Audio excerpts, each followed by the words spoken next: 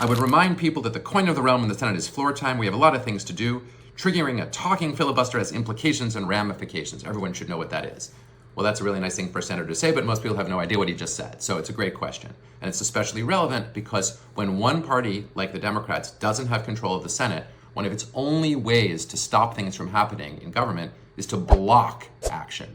And the filibuster is the method that is used for one party in the Senate to block things from happening.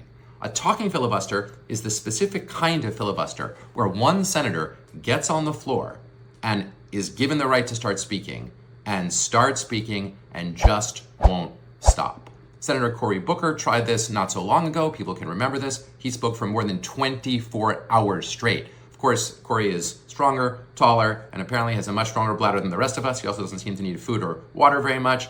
And so most people don't have the capacity to go for that far. Cory actually broke the record when he did that. But the point of it, underneath the symbolism, is to say that one person can block the actions of the Senate by just keeping talking. And in the perfect world, a talking filibuster could actually involve senators passing the torch or the baton to each other and continuing that process for a longer period of time, thereby effectively just shutting down the functioning of the Senate. Filibuster on its own is a neutral tool.